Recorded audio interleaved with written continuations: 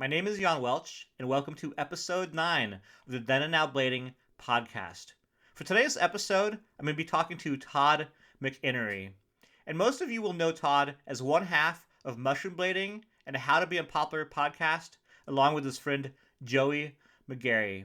Todd and Joey brought a completely new style of skating to the sport through mushroom blading. They've released their 8th video now, and their videos have blended together aggressive skating with big wheel blading, and it just showcases those two guys having a lot of fun. So I've always been impressed by Todd and Joey and what they've been doing within the sport. So I want to talk to Todd about mushroom blading, about his history, and their new wheel company. So now mushroom blading is not just t-shirts and wheels made through undercover. They actually have their own wheels.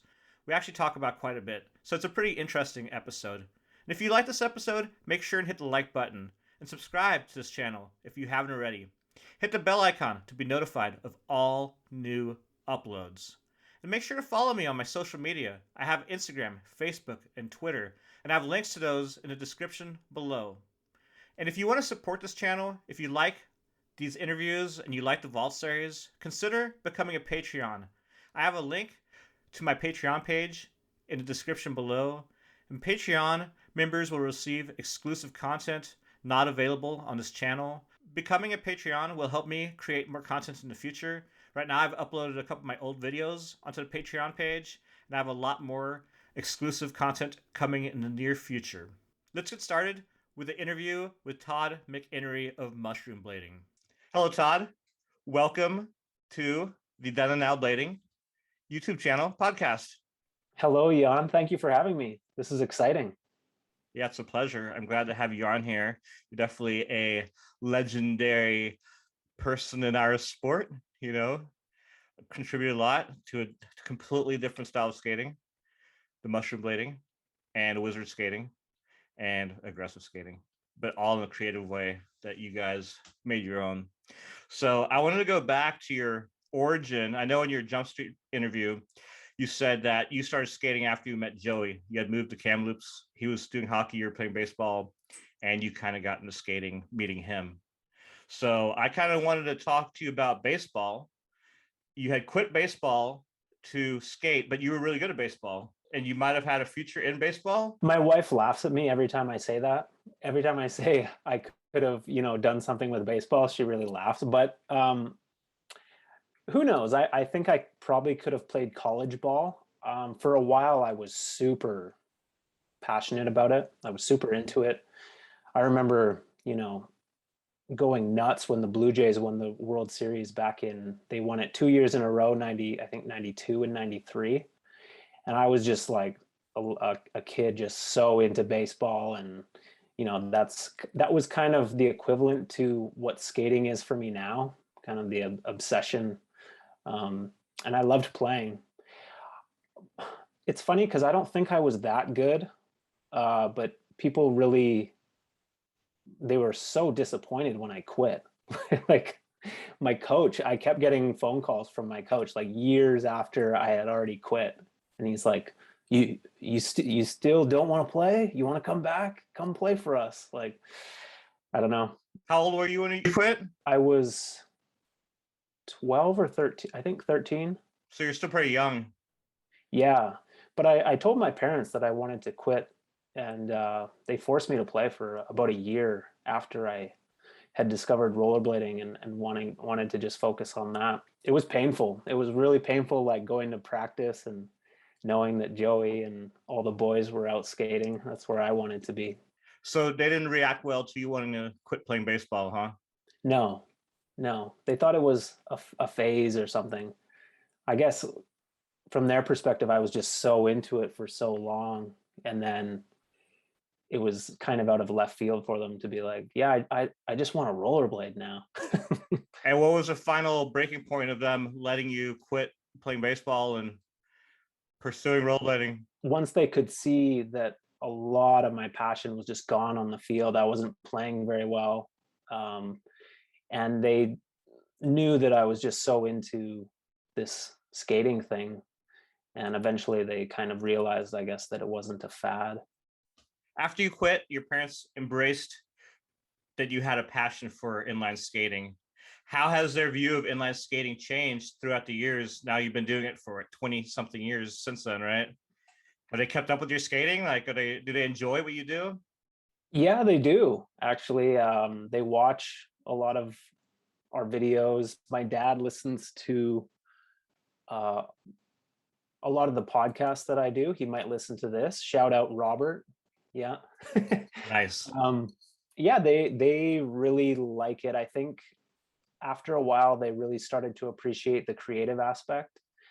My mom has always been really encouraging of my creativity.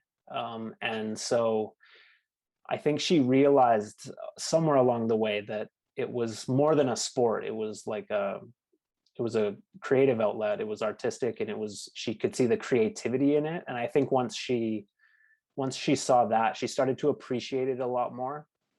And yeah, they keep up with my videos. Did you ever get your parents to try out skating? No, no, never got them on skates. Did you try? I never tried. Okay. No. But that does bring up a funny memory that they did used to take me to the roller skating rink when I was really, really little. So I'm assuming, I don't remember seeing them skate on roller skates, but I'm assuming that they did. And I was maybe 3 or 4 years old, roller skating. And funny enough, that would have been my first introduction to, the act of skating. So it's their fault. It is their fault. Yeah, they planted that seed early on. They didn't realize. Yeah. It was meant to be. It's very Yeah. cool. What do you think you'd be today if you would have never met Joey and Joey never got you into skating? Wow, that's a really good question. I think my life would be totally different in so many ways. Like meeting Joey, Joey's had just a crazy impact on my life. And I actually gave a speech at his wedding, and I said that he introduced me to rollerblading, which has changed my life. He introduced me to my wife. He kind of introduced me to, I'm not sure if I would be as into like computer work now. Like I used to just like go to his house and he would edit, but I would kind of like, coach him, just sit there and like give ideas and input and things. And I was never really into computers, but that kind of maybe sparked my interest in computers, just like watching him use editing programs and kind of realizing the creative opportunities that computers had. But man, if I hadn't met Joey, maybe I'd probably still be in traditional sports like baseball. Who knows what I would be doing? That's a crazy question, but my life would be totally different. Such a what if question, but Yeah, definitely, like you said, meeting Joey impacted your life to this day. big time. And Yeah. It was like completely set you on your path, to the future. Yeah, maybe he totally fucked up my life. I don't know. I don't think so. I think you guys are perfect together.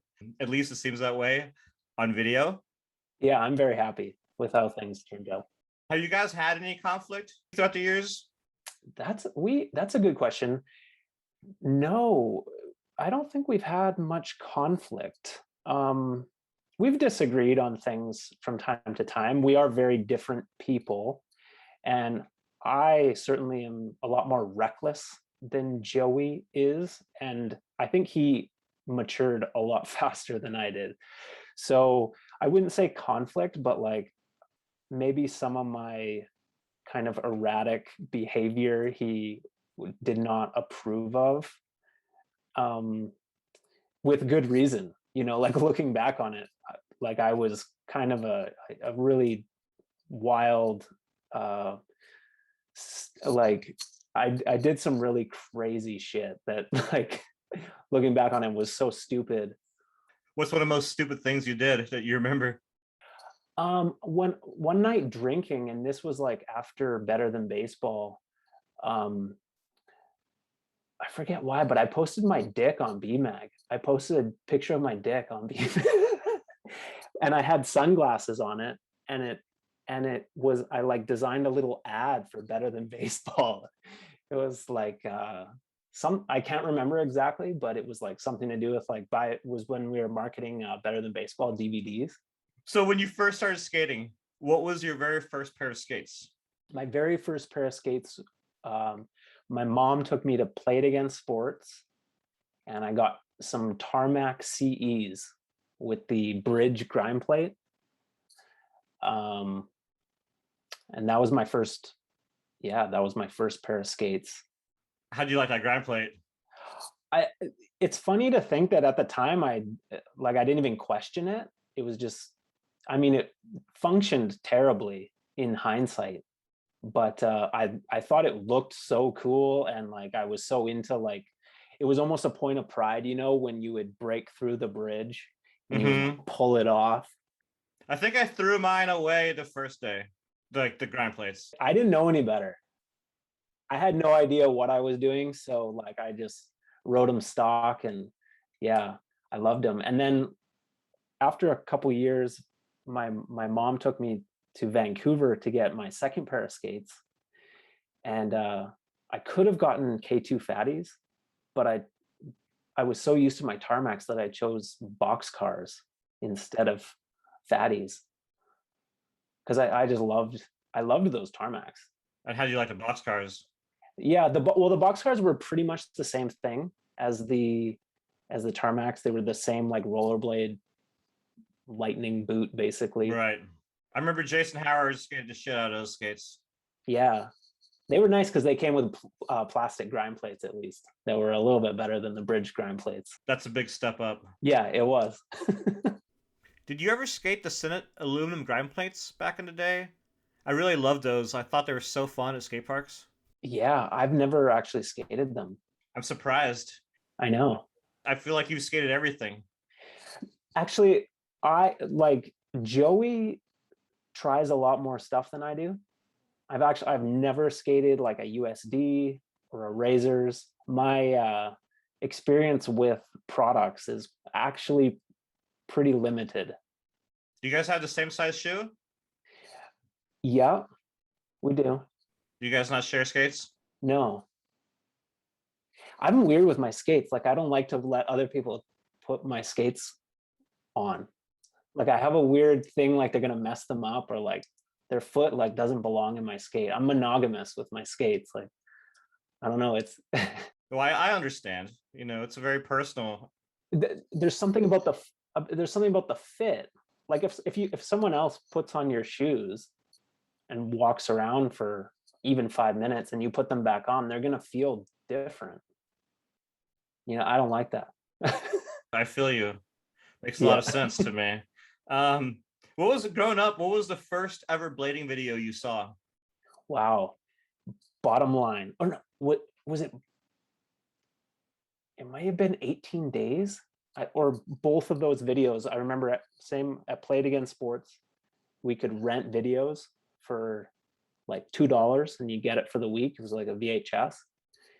And that was the first time I saw one. Like, I remember Joey asked me if I wanted to come over and watch a skate video, and I didn't even know what he was talking about. I was like, what do you mean a skate video? He's like, well, like, it's like rollerblading. People film rollerblading and they put it to music and stuff. He had to explain to me what it was. And yeah, it blew me away. Yeah, it was so cool. I remember the bottom line for sure. I think it was the bottom line in 18 days. So that was before you even put skates on? No, I had been skating for, I don't know, a week or a month or a short period of time. But I didn't realize there was other people doing this, and I didn't realize that they were like pushing it, you know. Joey obviously had already seen some videos, but yeah, I just got these skates like because I saw how much fun Joey was having and our friend Colin, and I wanted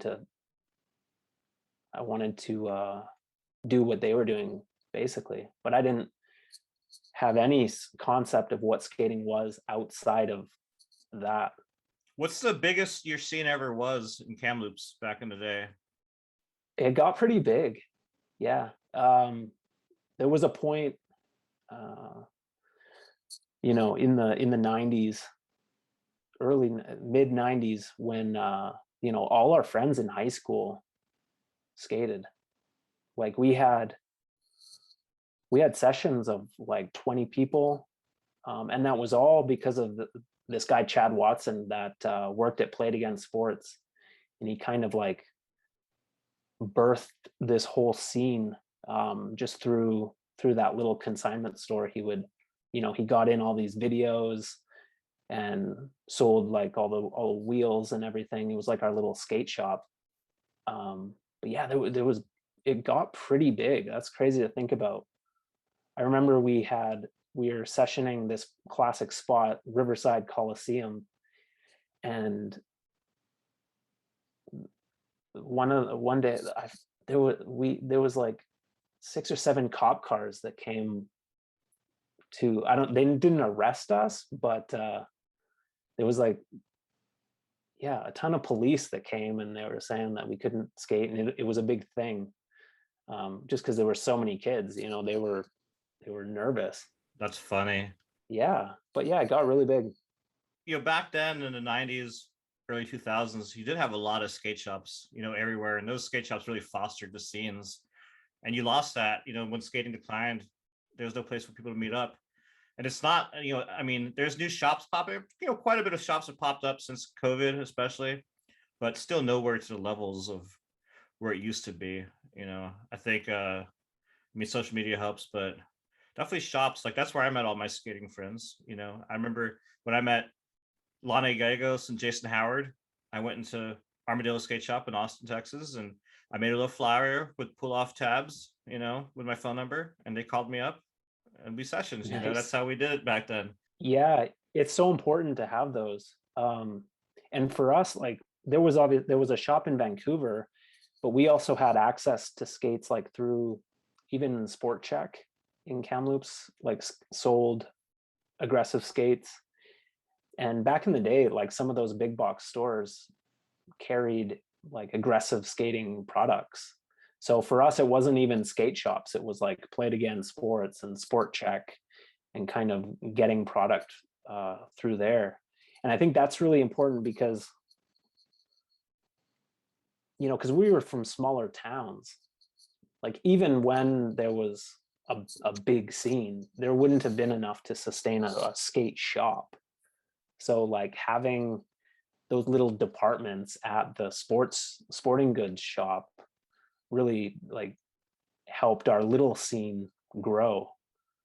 I feel like we need, like if skating's gonna, it's a good thing for skating to have, for skates to be accessible through those sporting goods shops. Like that would be cool to see again. I mean, even, during the rat tail years, Played Against Sports is everywhere, but yeah. We had, there's probably maybe 20 Played Against Sports that, continuously ordered 4x4 wheels and everything. So, wow. It really depended on who was working there. We need people to infiltrate those shops. When you moved to Vancouver, you had planned on making Bladestorm. That's right. What happened with Bladestorm? And how did you even know about Bladestorm? I'm on Welch. I know things. Right, these things. I'm impressed. You've done your research. Bladestorm. I even forget what Bladestorm was all about. Maybe it was going to be a video. It was supposed to be a video with your Vancouver friends. Okay. Right? Okay. I guess that was just a half-baked idea that never got off the ground. Bladestorm. All right. Well, there it is. Bladestorm, the video nobody saw. Yeah. And that you even forgot about. Maybe one day it's still, it's still back there. Maybe I'll start up Bladestorm. What are your top 5 favorite blading videos in the history of the sport? Oh man, that's a great question. I think Smell the Glove has to be on that list. It's a good one. Very good. It definitely has to be on that list.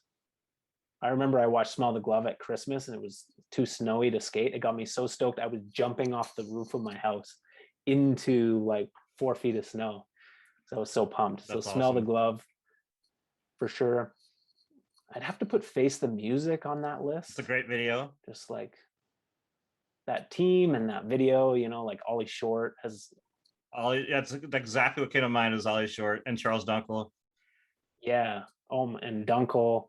Yeah. Mike Lilly. And yeah, just incredible. Top, you know, lately,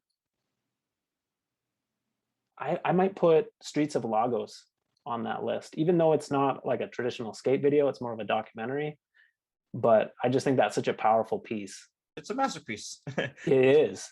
And it's a great, you know, I mean, it's, like you said, documentary, but that's a video anyone can watch. You know, it's the film festivals. It's like, it's very powerful and meaningful. Yeah. And it's not just a skate video. It's like made for everybody. So exactly. Definitely a good video. Yeah. And for the same reason, I might put even that slow-mo documentary on the list. I think it's just called Slow-mo. I think that is just something, there's something incredible about that.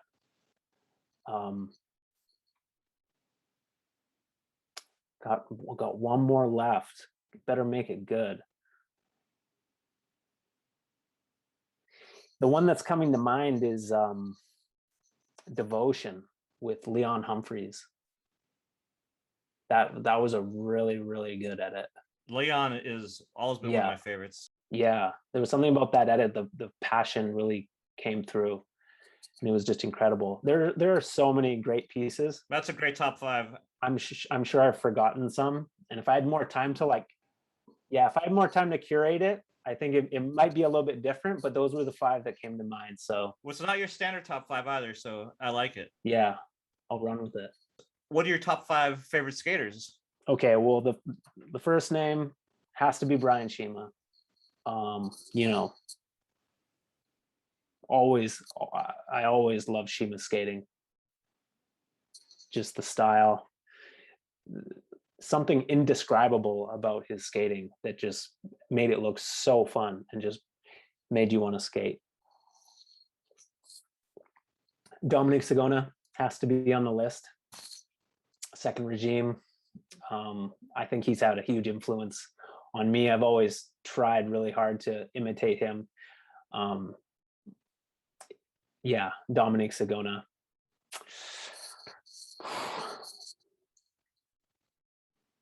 Top 5. Shima, Sagona. I love being put on the spot like this. This is great. What's my pleasure. Yeah. The Kelsos have to be on that list. Both of them. Colin and Sean. Yeah. And I love that they have continued skating. They really are incredible. They've mastered every kind of skating there is. They can do every kind of skating they can do, right? They've mastered it all. It's incredible. You know, they had a photographic memory when it came to skate videos back then. They didn't know every trick in every video, every skater, like everything. And I think they just absorbed it all, and they watched everybody and just absorbed all their skating skills, and you know, they're just so good. Totally. Yeah. And they're a great example of like a really refined style. Both of them, they've been doing it for so long that what they're doing now is just incredible. It's so refined. Who else? Who's my favorite? Of all time. I might put Petty on that list, you know, just for the sheer, you know, impact that his skating had. There's just something about his style, like his section in VG7 had a huge impact. Seeing that for the first time really cemented my passion for rollerblading. Like back when he wore like Fifth Elements and basketball shorts, like that era of Josh Petty. Yeah, just incredible. A lot of skaters have changed their, style and look over the years, but I feel like he definitely had a lot of waves in his, style, even post skating, Definitely. Oh yeah, big time. Yeah. And who is your all-time favorite Canadian skater? Probably Billy Vo. Billy Vo. He doesn't. I don't think he skates anymore. But back in the day, we used to go to these contests called CAT, Canadian Aggressive Tour, and he was always like miles ahead of everyone. Just the dopest style. He would do like the craziest fly fish 360s over the fly box. I remember it just being like 15, 16 feet high in the air, just blasting them. And it was just incredible. Yeah. And just to this day, just such an interesting style. Yeah. Billy Vo. And obviously I love Matt Ledoux. I've always been a huge fan of Matt Ledoux. But yeah, Billy Vo for sure. I'm not familiar with Billy Vo. Not many people are. Yeah. Is he in any old videos? He had a UFO in an old, was it a T-Bone video, maybe one that Rawlinson edited, High Rollers. Okay. He did a really sit down UFO on like a death rail on a contest course. Like one of those NIS rails? Yeah. He was one of the first people to have just super bendy style. Like he would do cab drivers just sitting right on his skates. But yeah, not many people know who Billy Vo is. Well, Billy Vo, everybody, look at that video. High Rollers. Yeah, High Rollers. Yeah. When you started skating, what was your favorite thing about the sport? And what is your favorite thing about skating today? Has it changed? There was just something about the feeling. The feeling was unlike anything else. And it's still just the feeling, when it's at its purest, it's just the feeling of rolling. It's like, it's just like unlike anything else. It's unlike any other sport. I had always excelled at a lot of sports, and I thought that I would really excel at skating, but it was just totally different than anything I was used to. It was such a challenge, and just this feeling of like infinite possibilities, like we still haven't scratched the surface of what we can do on these things. Right. And I love that kind of blank canvas like thing where it's just like you could do anything on these things. It's amazing. And you've definitely, just you and Joey have shown people how much you can do on those things. A few things. Obviously, there's a lot of other people too, but you've definitely showed how you could mix it up, using big wheels and little wheels before anybody else. So I always appreciated that with you guys. I don't understand why anyone would not experiment with big wheels. There was a lot of people, I don't know, they hated on it for a long time, but yeah, people discovered it's fun. And even just, my favorite thing is like urban cruising, just like night skates, like group night skates. I love them, bombing hills, bombing garages. Every time I skate like that, it's the same feeling I had like when I first started skating. Totally. And I still have it with urban skating. There's so many different types of big wheel blading, and aggressive skaters have gone different routes, like Caleb Smith doing the ultra, distance skating thing. And then you have guys doing distance skating, but not like ultra distance skating. And then the urban skating, and then crossing with slalom. I know you did some slalom skating back in the day, even got like third place in a contest. Yeah. Have you done any slalom skating since then? Or is that something in the past?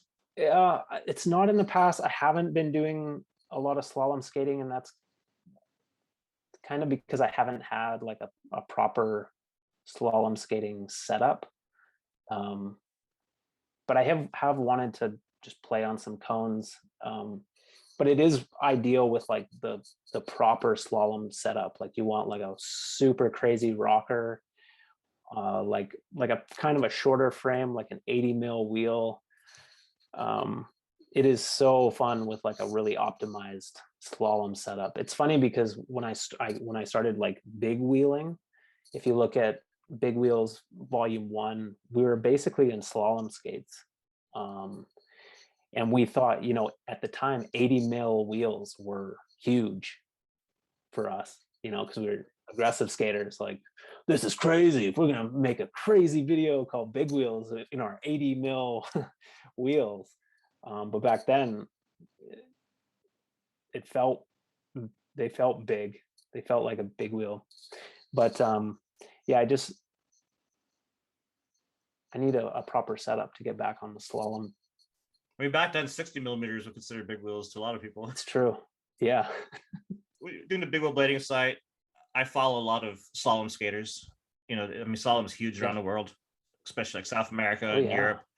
And I've seen a lot of these slalom skaters. First of all, their foot control is insane. I always figure, like, if you could slalom skate and aggressive, like the switch ups you could do in rails and stuff. But anyway, I've seen a lot of these slalom skaters get into aggressive skating now. That's cool. So it's like you're having a lot of crossover. I love that. Yeah, there's a lot of possibilities with combining those disciplines, and slalom is just like great for control, great for like a lot of the movements that I still do. Really, I learned from slalom. A lot of the pivot points and crossing your legs and things like that came from slalom skating.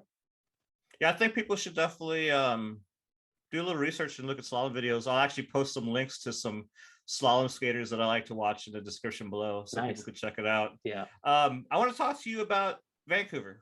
Yeah. So you moved to Vancouver at some point. Why and when did you move there? How old was I? I think I was 26. I moved there to go to school for like interactive media was the program. And Joey actually moved there at the same time to go to film school. And I moved there with my now wife.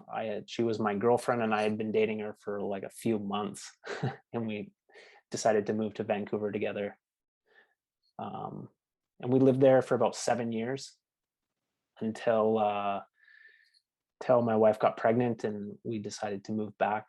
We'd always said that we didn't want to have kids in the city. It was just like so hectic and expensive and crazy. So we moved back to Kamloops after 7 years of living there.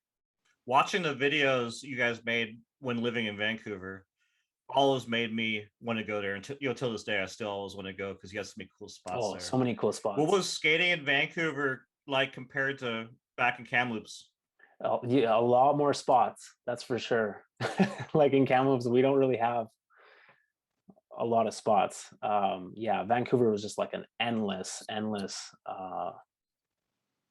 options for spots. And it was nice, getting around on the SkyTrain. You could pretty much get anywhere. But it was a different vibe of skating. It was a little bit more stressful being in the city, surrounded by like so many people. And skating in Kamloops is really laid back and chill. It's a lot more chill than Vancouver. There's a lot more skaters though living in Vancouver at that time, right? Yeah. I mean, who were you skating with back then, and who had an influence on your style from the Vancouver scene? Well, definitely Leon. I used to skate with Leon a lot, and he got me into. We used to slalom skate together. He obviously eventually invented or made the wizard frame, which he got me on, and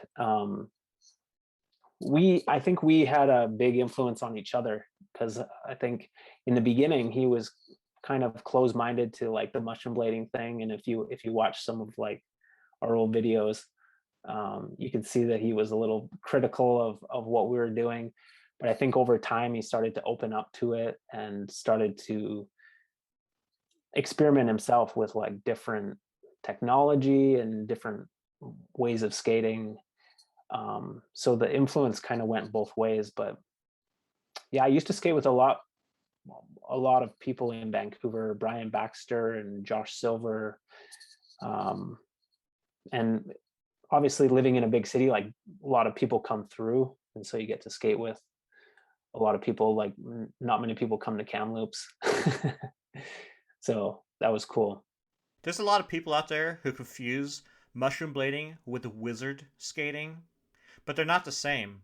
Can you describe what mushroom blading is? Yeah, mushroom blading.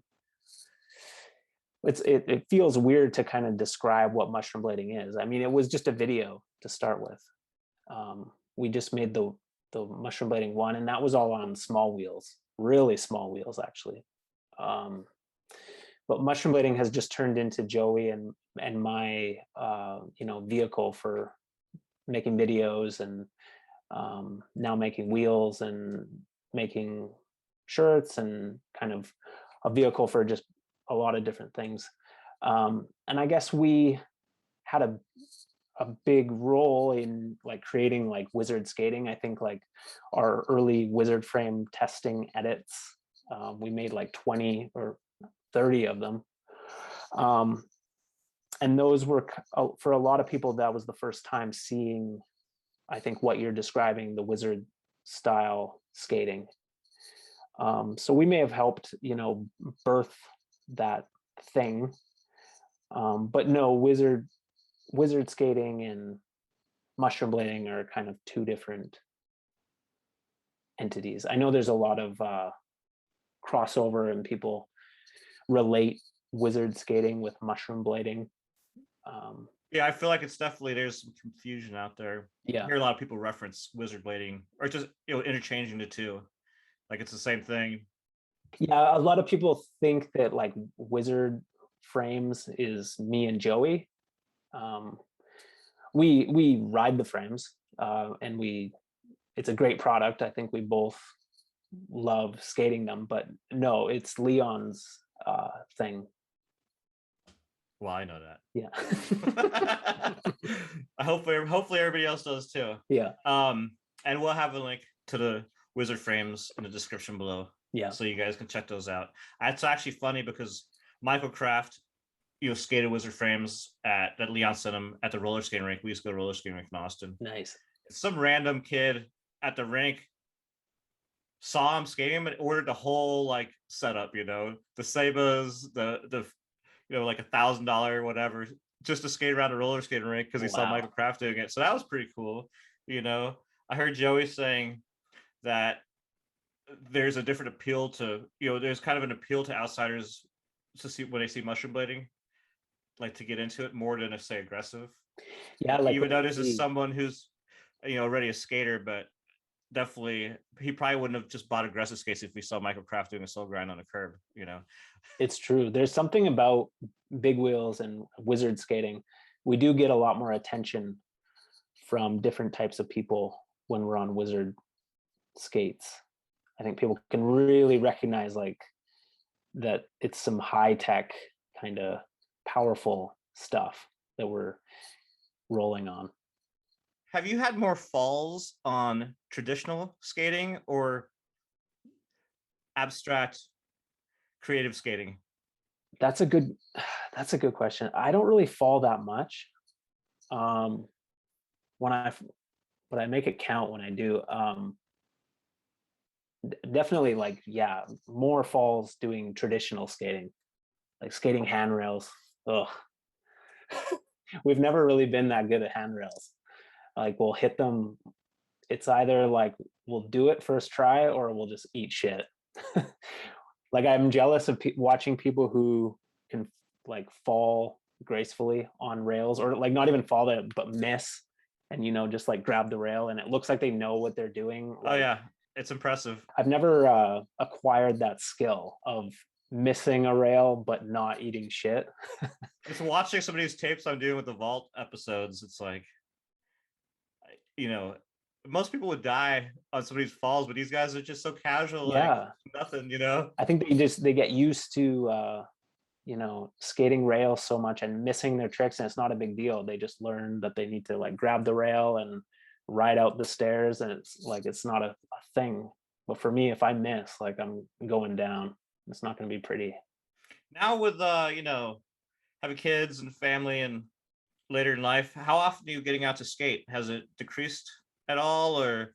Yeah, we still skate quite a bit. Usually Joey and I will skate on our lunch breaks quite a bit. So it's like, obviously it's shorter sessions. We're not like hanging out, it's just like rapid fire for like 40 minutes and then we're done. But I'm content with the amount of time I get to skate. I feel like we're way more productive now. Like we kind of, with limited time, we're just on schedule. We just take advantage of every minute, that we have, as opposed to when you're a kid and you can just go hang out for hours and hours and you don't actually accomplish anything, but it's fun. Now we're just on like business blading. We just want to like film and just take advantage of our short windows of freedom. And you've been doing the family sessions too. Yeah, those are fun. Yeah, and so your kids skating? Yeah, both of my kids skate. They're loving it. Yeah, it's crazy. It's super cool to watch. And then hopefully Joey's kid joins the session at some point in the future. Yeah, hopefully. Yeah, that'd be cool. Yeah, that will be really cool. Maybe this year. What is your day job? I'm a web developer at a marketing agency. Okay, so you're the one doing the mushroom blading website? Yep. Yeah, that was me. The new website looks really nice. Yeah, thank you. I really enjoy it. And I really like that graphic on there, the drawing of you and Joey with the mushroom heads. Yeah. Who did that? That was Mark Sweetland. And who's he? I don't know. Apparently he's Canadian. I've never met him, I don't think. The first time that I saw his artwork was when I did Jump Street. They showed it at the beginning of their show, the painting of me and Joey. It's obviously incredible. And he did one of the Jump Street guys. And I've been in contact with him, and I just asked if it was cool if I used that photo because it's amazing, or the painting, I should say. But yeah, his art is incredible. Check out, I think if you Google Mark Sweetland, he's got a website. And he's done some incredible skating paintings. I saw the one from the podcast, from the Jump Street episode. Yeah. Of you guys, and the one that he did at I didn't realize it was the same person. Yeah. I'll definitely look for that and try to link him below as well. Definitely. Yeah, check him out. So with the old podcasts you were doing, you had mentioned early on you would get really drunk. Yeah. In the podcasts, and I assume you probably got really drunk outside of the podcasts too. Yeah. Sometimes. Yeah. Yeah. But do you no longer drink now? No. How long ago did you quit drinking? Why did you stop? And how much sharper do you feel today? Yeah, I quit about 7 years ago. It started as like a New Year's resolution. I challenged myself. I said I'm not going to drink for a year. I was drinking way too much. It was a problem. I was making some really bad decisions and kind of dealing with anxiety and stress, not in a healthy way, just kind of using alcohol as a crutch. Like I would just, not even hanging out with friends, I would pound back like 12 beers just sitting at home by myself. So it wasn't cool. So I feel much, much better now. Obviously it started out as like a 1 year challenge, and I got to the end of that year and I'm like, oh, I just feel so good. I'm just going to roll with this. It's very rare that I crave alcohol now. That's great. Congratulations. Yeah, I'm better off without it for sure. Yeah. More productive. Just I have healthier coping habits, I think, and make less mistakes. So other than blading and being a dad, what are some of your favorite activities to do? I like doing art. Like I love drawing. I'm a huge fan of UFC. I like watching fighting. I like to watch people fight, and I like watching fighters talk about fighting. even though I have no interest in fighting myself. I'm a huge fan of that.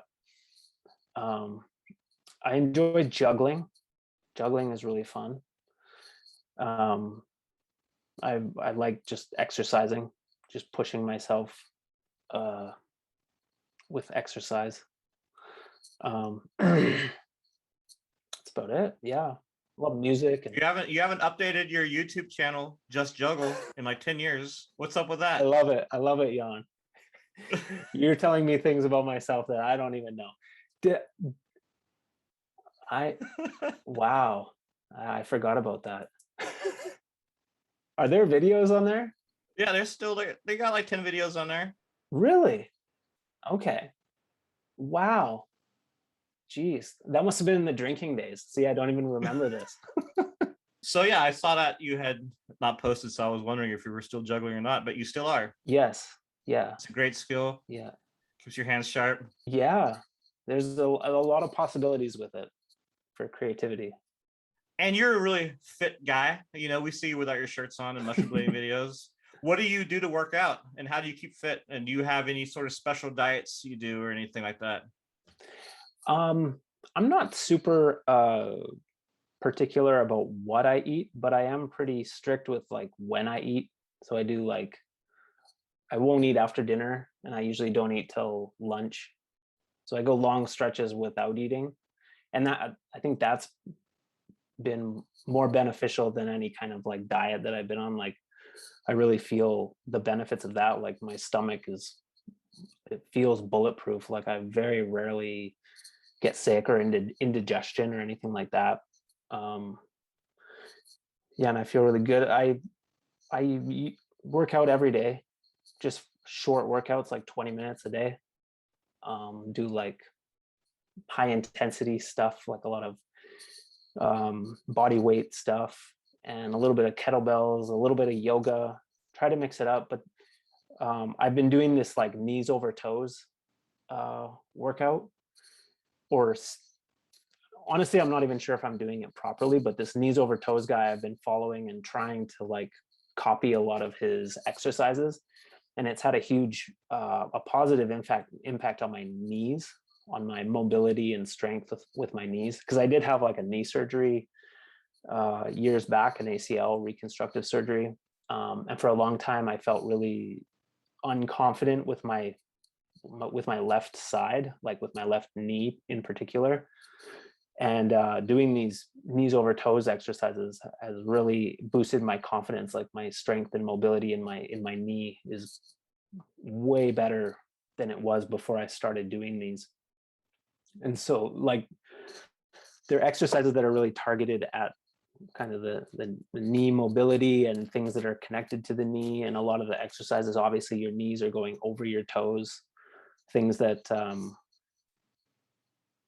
are just really beneficial for knee health. So that's been that's been amazing. Yeah, doing that. Good.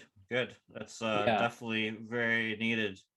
For a lot of people should be doing that. If anyone's struggling with their knees, I highly recommend looking at this knees over toes guy. A lot of his exercises that he does are incredible. YouTube or? Yeah, YouTube, Instagram. If you just search knees over toes, you're going to see this guy that can just do like incredible things with his knees and his legs. And he's a basketball player. And when he was growing up, he had like horrible knees, I guess, and he couldn't play. He had to quit basketball for a while. And now you look at what this guy can do is just like crazy. Like he can jump like 5-6 feet in the air. He can dunk. He can just bend his knees in the craziest ways. So it's really inspiring. Yeah, check this guy out. Wow, that's really cool. For sure. I'll have links. I'll make links to him as well, so you guys can check it out. Definitely. Also want to mention to everybody, if you enjoyed this episode, make sure to hit the like button and subscribe to this channel. If you haven't already, hit that bell icon to be notified of all new uploads. And you can follow me on social media, Facebook, Instagram, Twitter. Links in the description below. You're killing it, Jan. How many push-ups can you do in a row? I think if I had a gun to my head, I could maybe do like 60. Okay. Without a gun, just like if you were to drop and do push-ups right now, how many could it be? Maybe 40. That's not bad. Maybe 50. Maybe 50, 40, 50. 40 or 50. That's good. That's about 48 more than me. Yeah. Push-ups are hard. Very hard. So I know Joey is into skiing. Are you into skiing at all? Very casually. Very, very casually. I try to get up with my wife about once a year. But we did buy some skis for the kids this year. We haven't been up yet, but I think I might purchase my own skis because usually I rent. But if I'm going to be going up with the kids more often, I'll buy a pair. Skiing is really fun. Yeah, it's gonna be a lot of fun. Yeah, I ski. Yeah. I've already skied 10 days this season. Nice. So nice. Yeah. I'm going skiing in the morning. It's so fun. It is so fun. How far do you live from the ski area? There's two hills here in Kamloops. There's Harper Mountain and Sun Peaks. Sun Peaks is about a half hour or 40 minutes away. Harper is maybe 25 minutes away. So pretty close. That's not bad at all. You know, it's a lot of work. You know, skating feels very easy in comparison to going up skiing. I started skiing, this is my 4th season. I've skied 200 something days. Wow. And the first day I did it, I just fell in love with it. I'm like, this is just like blading. It's so fun. It's like downhill and urban skating combined. And it's like, my skis are really playful too. So it's like, it's just very playful. You know, I love it. Yeah. And I want to do it every day. And I actually cut glades on our property so I can skin up and ski my trees here at the house. I've already skied them like 6 times this season. Nice. So I don't even have to leave. So it's perfect. That's amazing. So in the photo, I had a photo of you to promote this interview. It was you with a mushroom blading tank top, which you guys don't have on the website. You're going to have tank tops again? We've never actually sold tank tops. There's a demand. I know. In the spring, you should come out with some tank tops. That's a good idea. Yeah, we'll do that. But what I'm going at is, how long did it take you to eat that tub of pork rinds? Not very long. Maybe a couple weeks. That's not bad. The kids helped me out though. And is this like something you eat a lot, or was it a one-off? No, I do like pork rinds, and I usually have one of those big boys hanging out up in the cabinet. You get those at Costco. I do love pork rinds. I do too. They're delicious. It's just so bad for you. Are they though? I don't know if they are. Like in comparison to potato chips. I mean, I assume it's just like fried out pork fat. I mean, or skin, or I don't know. But the thing is, if you look at the ingredients, it's just like pork and lard. As opposed to like, if you look at like potato chips. Well, everything's bad for you, right? Yeah. Pick your poison, right? Yeah, I like pork rinds. Now it's winter. You know, we were saying, talking about skiing. Yeah. Well, I don't know what the weather's like where you live. Like, does skating pause during the wintertime? And are you able to skate at all? Is there anything indoors covered? Well, right now, currently, yeah, there's a lot of snow. Usually there's periods of time when we can skate a little bit where it'll dry up, but it's definitely a break in the winter. There's less skating, and no, we don't have an indoor park. We do hit there's a couple covered spots. We hit the Superstore Parkade kind of frequently just to keep up the skills, and it's pretty fun. But yeah, there's a lot less options. It kind of sucks. Yeah. Yeah, I mean, same here. I live in a little town of 6,000 people, and there's barely paved roads and there's nothing covered. So if the border was open, or it's open, but it's kind of still hard to cross to Canada. Otherwise, I would go to Montreal because I have so many indoor skate parks now. Yeah, they've always had indoor parks in Montreal. And they built so many outdoor parks since COVID, like in Quebec. probably a dozen or so in the Wow. past 2 years. Um, this is a very serious question that I'm getting into. In your opinion, Yeah. are you the most handsome rollerblader that exists? I'm not that handsome. If I'm the handsomest rollerblader, then we're in trouble. Um, So who would be the most handsome rollerblader? Anthony Potier is pretty handsome. He's pretty handsome. Yeah, and he's got that Italian name. Right. Yeah, and Tony Woodland is really handsome. I think maybe there would have been a time when I would have taken the title, maybe in my prime, but no, I'm old and wrinkly. No way. Speaking of your prime, when was your prime in skating? Skating wise, I'm in my prime right now.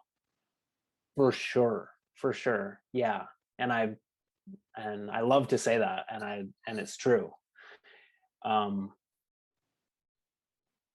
Again, like, yeah, discovering this knees over toes stuff has really made my body feel better than ever. Like for so long, like my knees always hurt. It sucked. But yeah, I don't have any pain now when I skate. Like I'm very lucky. I'm very grateful about that. The yoga's contributed to that as well. Yeah, for sure. Yeah. Because I know when I was doing a lot of yoga, all my pains went away. Yeah. It was very beneficial. I wanted to talk about your art a little bit. How did you get into art? Did you study it? Did you go to school for art, or is it just something you learn on your own? It was a part of the program that I did in Vancouver. There was a lot of art, a lot of drawing, color theory and things like that. I've never considered myself to be like an artist.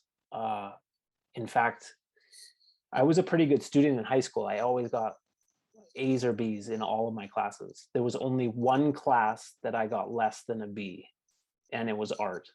I got a C plus.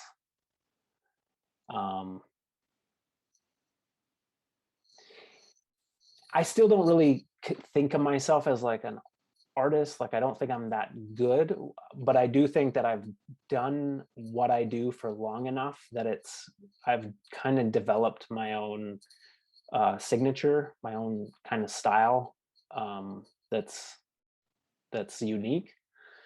And that's been kind of my goal with art. Like I've always been obsessed with signatures, like how people can just like it's really easy for them to do a signature. It's not like a challenge, but they can do this mark with their hand that's hard to replicate. So that's kind of something that I've tried to develop in my art, is to try to do something that no one else can do. Well, your art, at least your art for mushroom blading, I haven't seen any of your other art, but your art for mushroom blading, I love it. I love all the t-shirt designs, everything. It's really cool. Cool, thank you. And is there any like inspiration or meaning behind some of those graphics you've done for mushroom blading? Like they kind of just happen. You know what I mean? Like I think Larry Fagin said in an old Daily Bread, he said like, I just watch my hand make the image, something along those lines. And that's kind of what happens with me. Like I don't see the art before I make it. Like I do it and then it's there and it's like, oh, that's cool. So it's almost accidental, if that doesn't sound too pretentious. It's just like I kind of let the process create the thing. Obviously there's like certain elements that I try to incorporate. Like obviously the pants was like, we need to make a pants wheel. That would be funny. Or like certain objects that I tried to incorporate, like a mug or like faces or whatever. But then once the good stuff kind of happens, just my hand does it. What are you creating your art with? Just a Sharpie. I usually just draw it with a Sharpie and then scan it, and then live trace and play with colors and things like that. But yeah, always just like a ink. So the pants wheel Yeah. obviously is in reference to the whole pants it's internet sensation within rollerblading of people caring about pants way too much over the past 20 years. I think it's a proper level of care. I mean, I think it's like It's an important thing. I think it's very stupid. I also think it's very funny. Like the fact that it's still around and people still care. Like, Yeah. It's like something that doesn't matter at all, and like people really care about it and they're passionate about it. And I mean, you guys made a wheel about it. Yeah. And you wear a lot of different pants. I see you wearing cargo pants. Like you got own jeans. Yeah. Did you ever skate Jethro cargo pants back in the day? No, I didn't. I did not. Those were nice. I think you would have looked very good in a Jethro cargo pants. They looked really nice. I know what you're talking about. I wanted some Jethros. What would be your dream pair of pants? If you could design your own pants, what would be the material, cut? See, I love like I love different pants. I love experimenting with different fits. But obviously like something super, super lightweight would be nice, like slinky. But I also like a thicker pant. I like even a heavier, like a cargo pant is a little bit heavier. And once in a while, like having a fitted pair of pants is nice, like a tight pant. I love all the pants, but if you're doing a lot of your leg extended movements on wizard skates or wizard frames, what type of pants? You want more like a flowing pant? Yeah, flowing pant. I like a baggy pant. Okay. Yeah, it changes the experience of skating. Having for sure. having a baggy pant.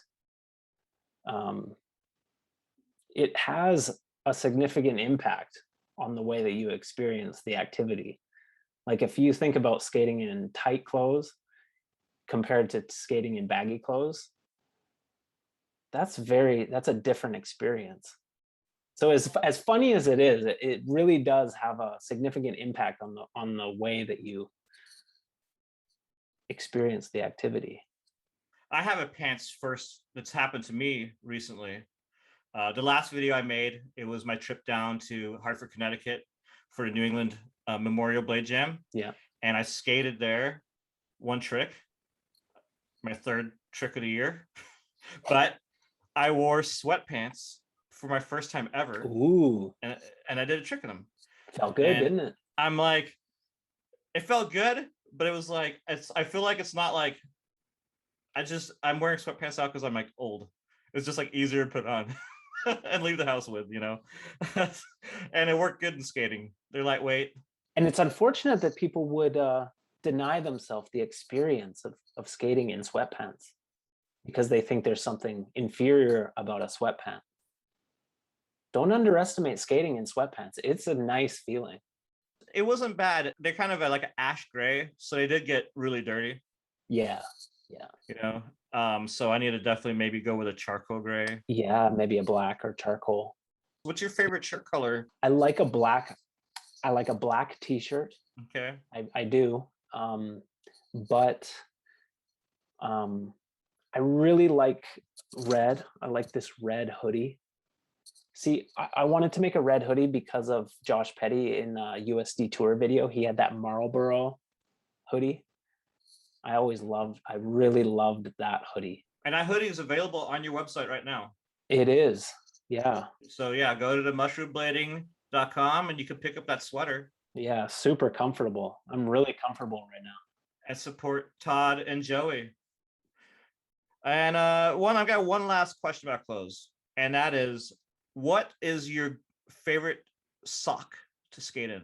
Good question. And Joey is more particular about his socks, but I have found a sock that I like. It's just a Ralph Lauren black high sock.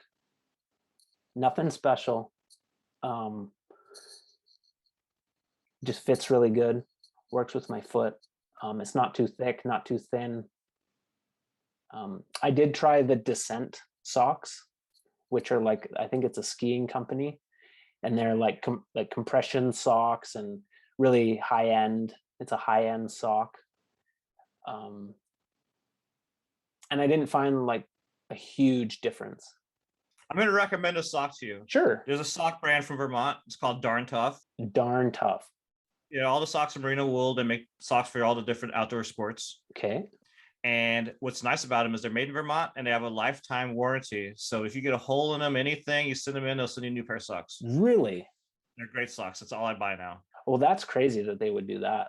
So I want to get into skates themselves. Yeah. You were saying that Joey experiments more with skates than you do. Yeah. But you both skate Seba Skates with your Wizard setups.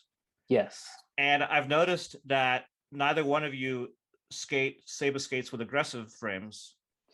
I haven't for a while. Pretty much since I started skating thems, I stopped skating Sebas for aggressive. I liked the Sebas for aggressive. I did not like the sole plate as much. Like the way it attaches to the boot, it didn't feel as solid. It was more flimsy. And that was like the main bad thing about Seba aggressive. I don't know if, like, I'm sure maybe some of their new skates are different, but I just found them sole, the way it attached is way more solid for grinding, which is the primary use of an aggressive skate. What makes the Seba boot the ideal boot for the Wizard setup? That's a good question. What is it? Well,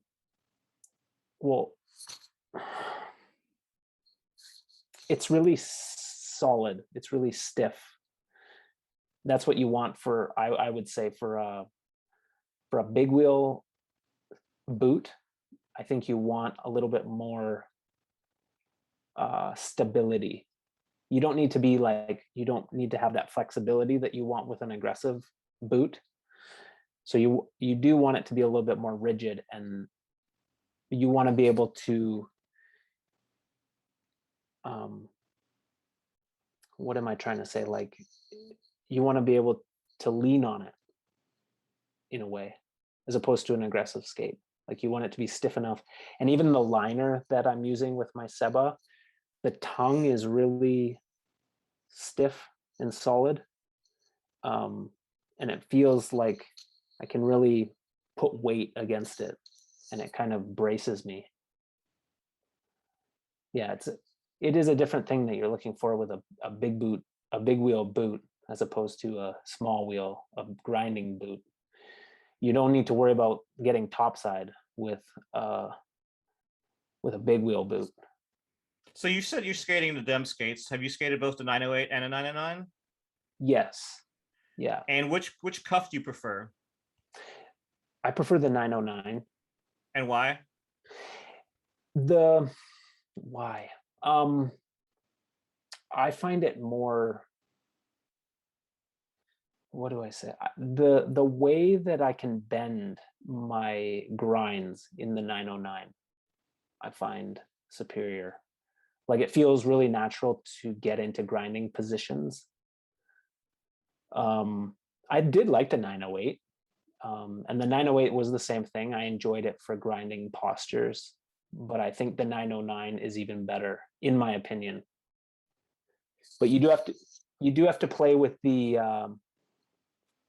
cuff. Like, you can put it a little bit higher or a little bit lower, and that does make a difference with how it feels. And one way isn't better than the other, but you should experiment and find out what feels best for you. I've been wanting to try out the 909s now that they've released so many different models. The new ones look really nice. What is your favorite flat frame for aggressive skating? I really like wish frames. Wish frames are incredible in terms of a flat frame that grinds like a freestyle frame. Those are what I'm skating, and I love them. Yeah, they're great for grinding. They're great. The the problem I have with wish frames is finding wheels that work together, because they're like a high-low concept. It can be tricky. It can be hard to find wheels with the same profile, and that's really important. Yeah, I have a mixed profile on mine. It would also depend on how the profiles are different. Like I've heard Joey Lunger describes his setup as a kayak. I think he said, with like a rounder profile in the middle and a more bullet profile on the outside, I believe. He said like it when he turns at an angle, only his middle wheels are touching type thing, and he's kind of learned to control it that way. So it is kind of interesting that even with like different profiles, people are figuring out these different configurations that work well for them. That's interesting. But for the most part, you want your profile, I think, to be the same. I also really like the flap frame by Anthony Potti. Oh yeah. Yeah. Those look cool. Yeah, really solid. And they surprisingly, they grind really well. What's your favorite wheel size in a flat setup? I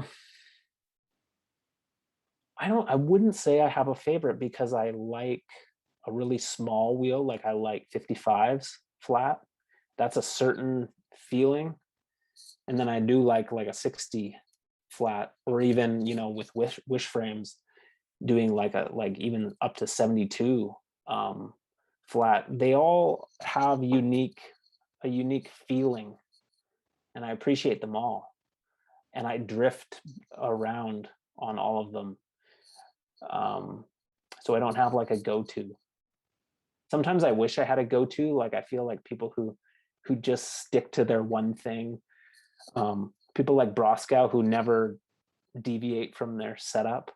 It's like they get so used to that setup that they're probably a lot better than people like me, who kind of drift around to all these different setups, and you never really like get really, really good on the one thing. You're always kind of like getting used to a new thing, and it makes it fun though. It does. Experimenting and getting creative on different setups. And I think it might have been you, or it was Joey, that said, each setup has a different purpose. It's true, right? For different type of skating. Yeah. You said in your Jump Street interview, you had skated anti-rock a little bit for the Mushroom Blading 8 video, but it hurt your knees. Yeah. And you probably wouldn't skate them again. Have you skated them since then, or have you? I have. Yes. Yeah. Has it hurt your knees again? And I did hurt my knee. Yeah. But my knees are feeling really. I might. I will skate anti-rocker again at some point. I will. Especially with your new program for exercise, it might help. Especially with my new program, I'm feeling more confident. So getting into some tricks, what's your favorite wizard move? My favorite. I love just a classic gazelle. I love just a toe pivot. Feels really good. I love heel spins. Man, my favorite. There's so many. The feeling of a gazelle is just incredible. It's so simple and accessible. Have you ever thought about making tutorial videos for wizard skating? I have, yeah. That's a great idea. I would love to. It will happen. Just like the anti-rocker, it will happen at some point. I will do tutorial videos. I think that's something that people would love to see. You're right. You are right. People would love to see that. That's a great, tutorial video. Yeah, I think that's the next step in the evolution of Mushroom Blading YouTube channel. I think so.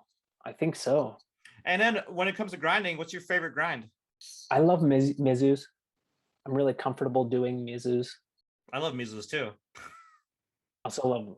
Yeah, they feel good. I've started to do them switch actually, and they feel really good. Yeah. Nice. And Royales feel really good.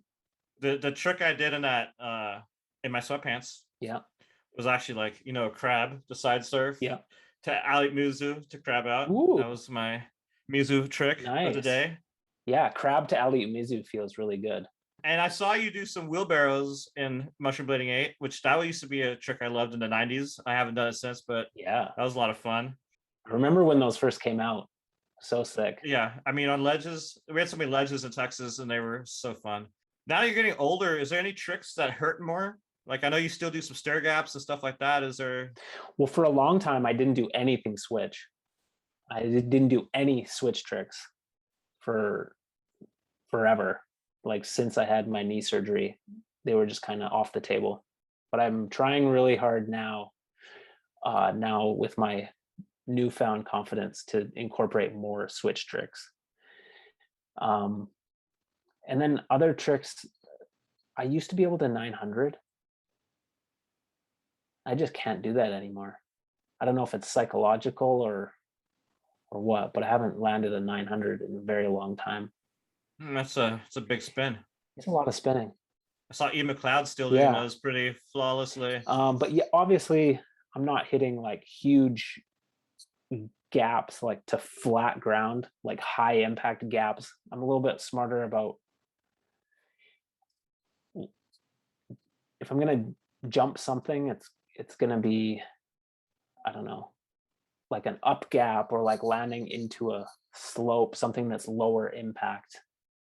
I'm a little bit smarter about that. I'm not going to jump off a roof. Well, you're older and wiser now. Yeah. If you could only do one trick for the rest of your life, what trick would that be? Probably a soul grind. Yeah. I could do soul grinds forever. It's a fun trick. What was the first trick you did? Do you remember? Was it soul grind? I think front side. Front side? Really bad front side. Yeah. Actually, before I bought those Tarmac CEs, I tried a pair of Joey's skates in his garage, and we were doing front sides on like a little hockey net without the net, just on the post. I was doing front sides, and I ate shit, and I got a blister in my like a blood. What are those things called? Blood blister. Blood blister. Yeah, no blood blister in my thumb. Do you have a trick that you've wanted to do and you've never been able to land? That's a good question.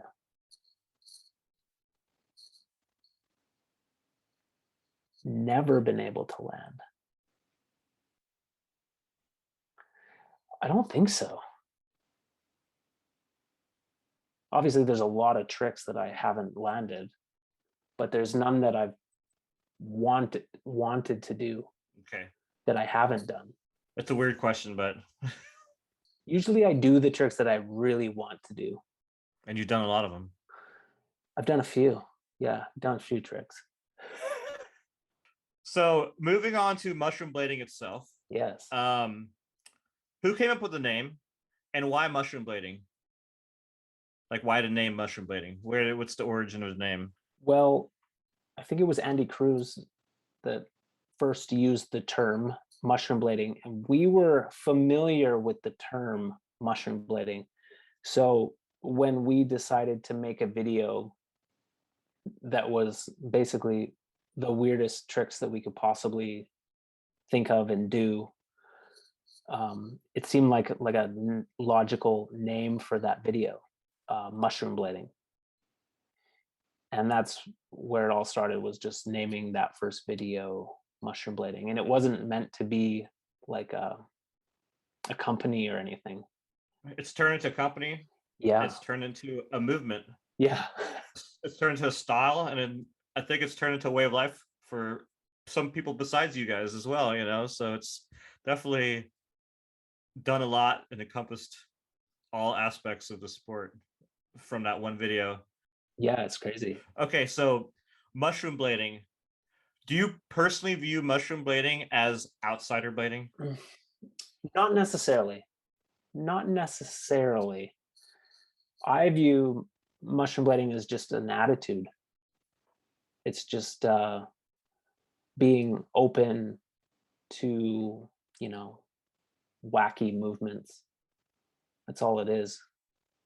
And even even in a subtle sense. It doesn't need to be over the top, just being open to little garnish that you can put on tricks. Yeah, it's just an attitude. Well, one thing I see with mushroom blading and your videos is it's an attitude, but it's like a fun attitude. Definitely. Right? You guys are having a lot of fun. And I feel like you guys are having a lot of fun before a lot of other people were having a lot of fun. People were still taking their tricks too serious. They were trying to spin to win. They weren't enjoying skating while you guys were. Do you think that what you guys have done with mushroom blading has made people enjoy skating more? I do. Yeah, I do. Like I said, it's that attitude, right? It doesn't refer to anything specific about tricks, I don't think. It's just not being rigid about what is cool or what is worthy of pursuing. And yeah, being open-minded, not taking yourself too seriously.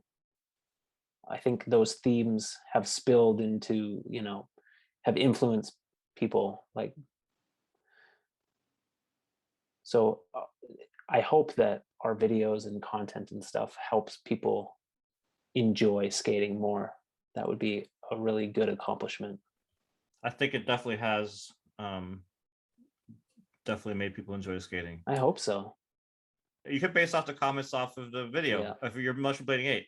Just look at the comments. Look at the comments on Joey's Jump Street podcast, on yours. Definitely people enjoy skating, your guys' skating, and doing your kind of skating. So kudos to you guys on a job well done with that.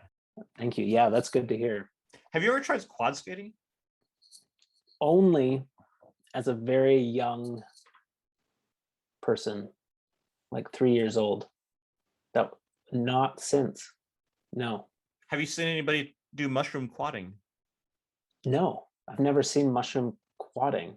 I've seen like people obviously do moves on quads, creative movements. Some of what estrogen I think would be considered mushroom quadding. Yeah. Any chance of a mushroom quadding crossover video in the future? Maybe. I'm not gonna say no to that. I think that would be very cool. Yeah, I agree. I'm disappointed in myself that I haven't tried quads. I need to try quads. Yeah, I think it'd be fun to see you at least learn. Definitely. We have a friend, Chris Nima, who we used to skate with, and he tried quads and he just fell in love with them, and he only quads now. He doesn't even rollerblade anymore. So with wizard frames, there's a lot of different wizard frame setups. You have 5 wheels, 4 wheels, different sizes. What's your favorite one that you skated? You skated pretty much, I'm assuming most of them. Yeah. And what's the favorite one? Like, if you could only keep one pair, which one would it be? I really love the 5 wheel. It's the one I skate is a 5x76, and there's something like for flat ground skating in particular, that's the frame that I would pick. It's really stable. It's really obviously it's a longer frame base because there's 5 wheels, but each wheel is a little bit smaller, so you're a little bit closer to the ground. There's something like, it just feels so good to skate around on that frame. Yeah, those look interesting.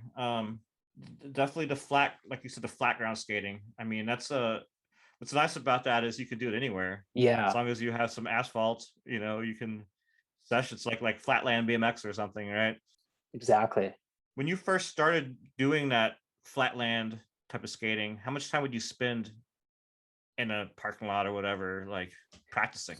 I used to skate flat ground even before big wheels, like just in small wheels. And I would spend entire sessions, like hours, just doing heel rolls and obviously more cess slides with aggressive skates. But once we had wizard skates, yeah, flat ground sessions just became way more fun. We would spend hours just skating flat ground. I mean, wizard skating is definitely gotten a lot more popular, and a lot of companies making wizard style frames now. What's your take on these new frames? Have you tried any of them? I haven't tried any of them, no. But I think it's just like a natural thing that more companies are going to start making them. So it doesn't surprise me. But no, I haven't tried any of them. I wanted to get into wheels now. Obviously, you guys rebranded into a wheel company. Yeah. Even though you did have a wheel before, you had the undercover mushroom blading wheels. Yep. That you did with Matthias at Power Slide. They were sold distributed by Power Slide, or you guys had some too. How did the collaboration work with that wheel, and how did you even make it happen with Matthias?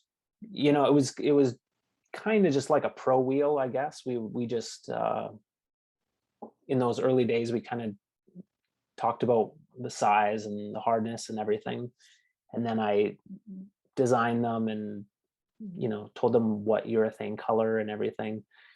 But it was purely distributed by Undercover. So usually, shops would get the wheel before we would get ours to skate. How many different wheels did you guys do with the Undercover? With Undercover, I think we started with the 90, if I'm correct. We did 2 variations of the 90, and so we did a green one and a white one. With like the extended mushroom blading logo around it in kind of like a snake formation. And then we did the Twin Peaks wheel. So with Undercover, there was the two designs that we did on both a 90 and a 100 mil. But we wanted to do other wheel sizes with them, but yeah, that didn't work out. So we were just kind of pigeonholed, kind of limited to the big wheel with Undercover. And we wanted to represent every size of wheel, because we skate every kind of wheel. We're not just like big wheel skaters. So it just felt natural for us to just make our own wheel company that kind of was more inclusive of all of the wheel sizes, and it was more reflective of what we do. Yeah, 4 wheels. What's the sizes you have currently? Yeah, we have a 90 and 100, and we have the 60 and the 58. So yeah, you got something for everybody in that mix right now. Yeah. Do you have plans for other size wheels? Do you want to do like a 56, like 110s, 70s, 80s?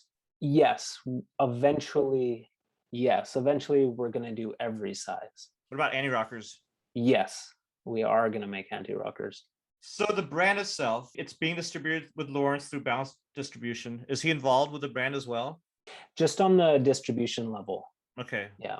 And just like giving us a little bit of his guidance. He's got some good industry experience, and good like knowledge in terms of what wheel sizes are good to do at certain times and things. So, and the manufacturing of wheels, did he help you find a new manufacturer? Are you still with Undercover manufacturing? No, we found a new manufacturer. And the wheels, obviously, there's a throw to the face wheels. Yes. With the color and the profiles as well, right? Yes. Did you have to make molds, or was there existing molds to use? There were existing molds. Yeah, we didn't have to make new molds. They're all available now? We did some direct order, which sold out pretty fast, but most of them are going to shops. So they're going to be at Loco Skates, Rampant, Shop Task, and Roller Warehouse. So in January. And are you guys going to do a laces wheel? That's a good idea. Because I think that would be nice. Like a wheel with a lace graphic. Lace graphic, yeah. Because that's another hot topic. It is, yeah. Laces are nice. You guys did that real limited frame collaboration with K2. Yeah. That you guys got your logo on both sides because K2 didn't want it stamped. Yeah. And I'm not sure if the same frame that Michael Kraft had, but it was quite long.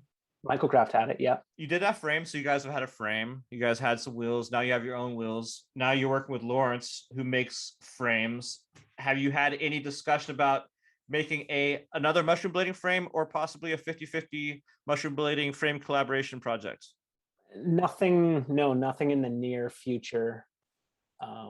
No, right now we're just focused on wheels. We want to do every size, so that's going to be pretty much all consuming for at least the next year. So that's going to be our main focus. And bearings? Any bearings? Possibly, but again, it's kind of in the distant future. Just because it goes with the wheel pretty good? Yeah, if that would be cool. Obviously, that would be a natural progression. But again, right now, we're just focused on wheels. And do Joey Gary and Rod Kinney get paid? We do pay them, yes. You pay them. Okay, that's good. Yeah. They're a part of the sum. The team is very fresh. Yeah. It has 4 very impressive people on it. Yeah, it wasn't easy to get them on the team. They're not like always super supportive of everything that we do, but we were able to get them on the team. Well, congratulations to all of you. Thank you. I look forward to seeing what 2022 brings with mushroom blading products. Probably some new shirt graphics, I'm assuming, as well, which is very exciting. So I'm happy for you and Joey on this new venture with the wheels. I wanted to move on to mushroom blading videos. Mushroom Blading 8 just came out. It's your 8th mushroom blading video. I don't remember how many videos you made before the mushroom blading series, but you guys have definitely done a lot of videos. We've done a lot of videos, yeah. And you said that Joey is the one who puts them together, edits them. And you sit with him when he's doing that? Is it like both your minds kind of working on it, or is it just a solo Joey project? I sit in on some of the sessions. Back when we did like Cirque du Soleil and Better Than Baseball, obviously before I had a family and stuff, I would sit in on like most of the editing sessions. I would be at his house like every night through the winter. Now it's more of like he'll send me little clips on the phone and kind of approve things, and he'll send me like the soundtrack of the whole video, and then I can listen to the soundtrack and kind of think of ideas for certain sections. Like he sent me like every session that we did of filming for the video. So I was really familiar with the footage, so I could send him like ideas for like, I think this clip would work really well in this section and little things like that. So I help out where I can, but it's his work. Awesome. I like the soundtrack was definitely fun on this new video. Very obscure. Is Joey the one picking all the songs? Yeah, Joey's a wizard with music. He is very, very knowledgeable and is always introducing me to new music. It's nice. Of the past 8 mushroom blading videos you guys have made, which one's your personal favorite? I think the last one is my favorite, MB8. I think we were on another level of like not caring, like not I think a mistake that a lot of people do is they don't want footage that makes them look bad in the video. That's a mistake. So you want to look bad, not the entire time, but at least like a lot of the time, because it's just like the video isn't about you looking dope all the time. That's not what a video should be. It's like bigger than you. I think skaters get their egos too intertwined with the video. It has to make them look badass. And it should make them look badass at times, but not the whole time. And that's taken a lot of like maturity on Joey's part and my part to be comfortable with being a dork. That takes maturity. So I think for our last one was the most mature video that we've ever done. Your videos are definitely unlike any other videos, mainly because there's only two of you in a 30-minute video. Every other Blade video's got like, 50 people in it. Yeah. Right. Or something like that. Like, you got two guys Right. in a 30-minute video. Right. And I probably don't want to watch you guys skate for 30 minutes anyway. I want to see the fun stuff, the antics, the mess ups. Exactly. The joking, the panning over to multiple girls smoking cigarettes and checking their phones, like. Exactly. That makes that interesting. There should be some of that in the other videos that are out there. I do love the videos where like they're just incredible at skating. I love those. Like I really enjoyed the Mesmer video.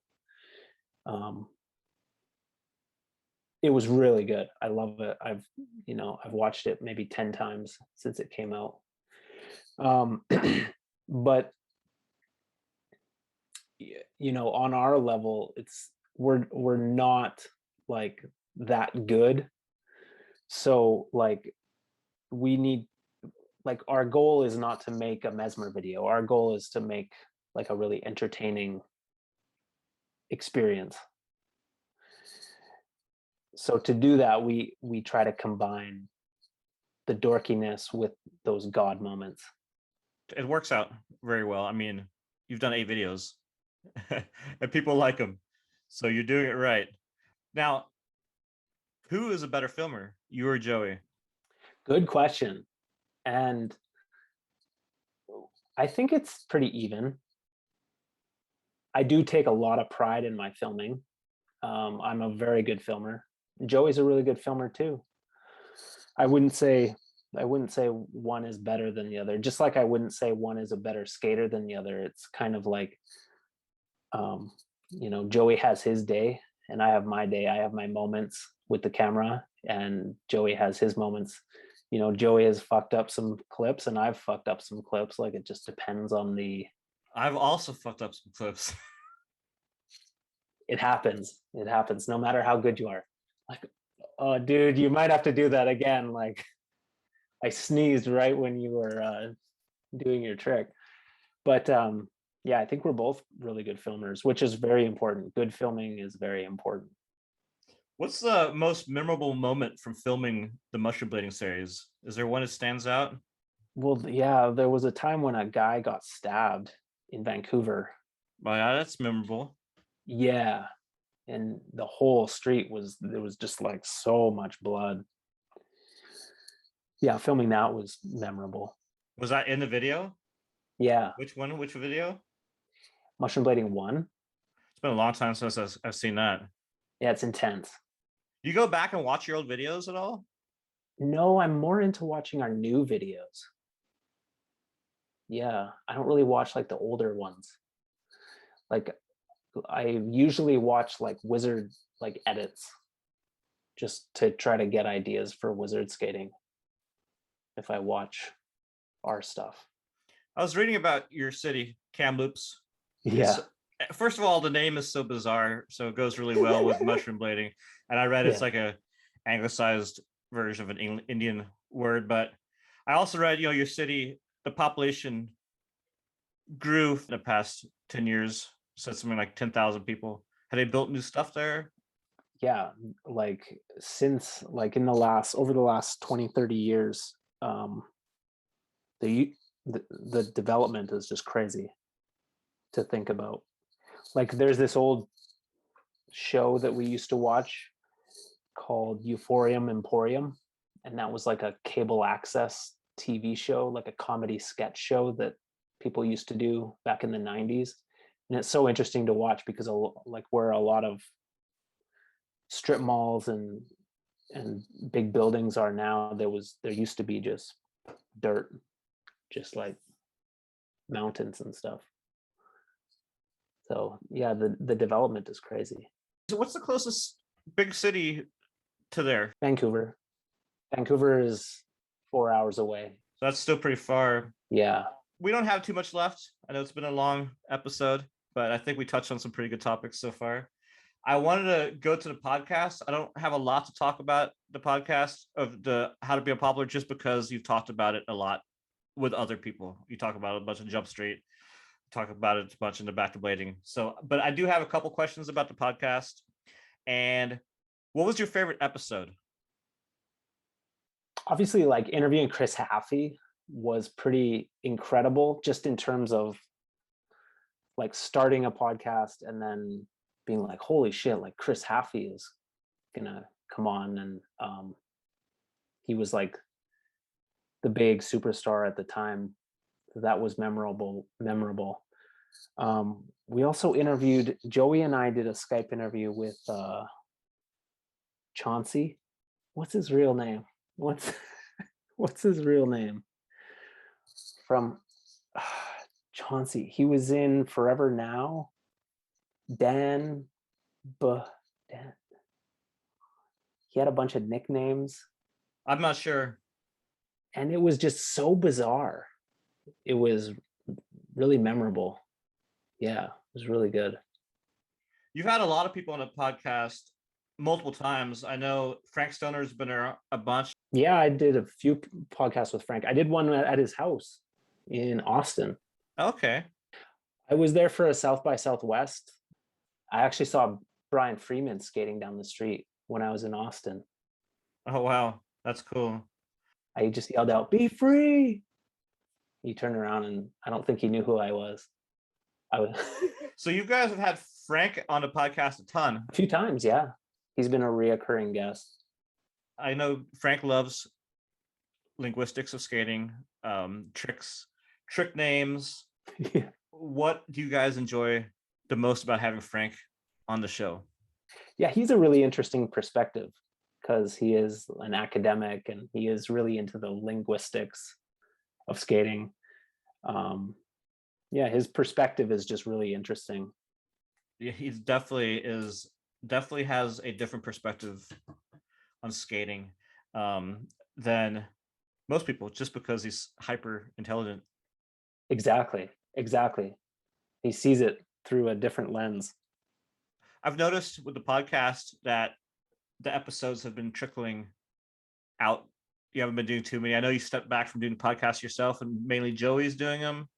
You guys going to be doing more podcasts, or is that something you guys are putting on the side burner? Yes, we will definitely do more podcasts. A lot of our energy has been, put into filming and making videos. That's our number one. And then obviously, working on the wheel stuff. But we don't put it on ourselves to like do like a weekly podcast or even a monthly podcast, but it's always something that we're going to do. Even if it's few and far between, they will happen. Yeah, but I don't feel like I need to do it consistently because it's not really our main thing. It's kind of just like a side thing. It's always been a side thing, kind of an extension of other things that we do. It's definitely it's a staple though. It's been around. It's a part of, just like the mushroom blading videos is a part of skating, so is the podcast How to Be Unpopular, which I've always loved the name. Yeah. So I want to get into like today, modern times, the present. Do you watch most of the new videos and sections that come out? I wouldn't say most. There's a ton of new stuff coming out. I watch a lot of it. Yeah, I watch a lot of it. Most of the stuff that them puts out. I obviously watch everything that Basement puts out. Watched the new Mesmer video. Loved that. And obviously I'm addicted to Instagram, so I see a lot of the stuff on Instagram. There's a lot of things happening in blading, and you hear a lot of people say, especially with the back to blading people, it's mainly old people coming back, which I agree. There's a lot of old people coming back. I think it's easier for them to stick around because you have a lot more like skate parks now and like trails and whatever. But I also see a lot of kids, even though people might disagree, but you can see just in the videos, like there's a lot of youth under 18. Look at the Icon team, AM team, everyone's under 18. Is there have you been following any of the young kids? I do, yeah. Is there one that you enjoy watching? Well, there's that is she Korean? A girl, her handle's like Beck, BEC. She's like a 9-year-old. Yeah, I've seen her. Girl that is incredible. She can do tons of stuff that I can't even do. I follow her, and yeah, I'm really impressed by her. There's a kid out here in Canada that actually I got to skate with. He came through with his dad. His name's Bryce. Bryce Blades. I might have a sticker here somewhere. Do I? No, I don't. But he's 9, or he was 9 when I skated with him, and he was like crazy consistent, like hitting grinds on coping and stuff like that, and that was really cool to see. So you're right, there are kids out there. I like those girls. Have you seen the twin girls from Switzerland? Yeah, I've seen them.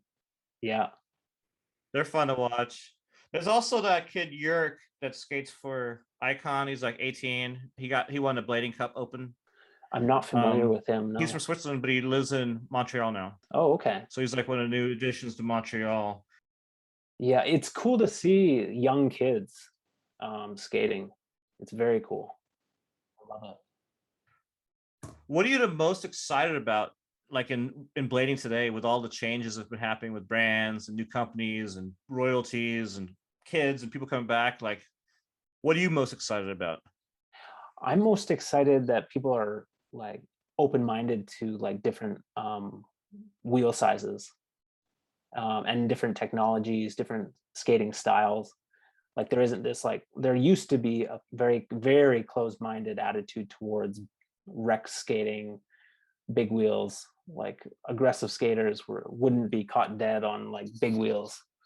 And I love that there's that crossover now between the different disciplines that shows a lot of maturity, and like a lot of the tricks that are happening, and the skaters, everything is much healthier because of it.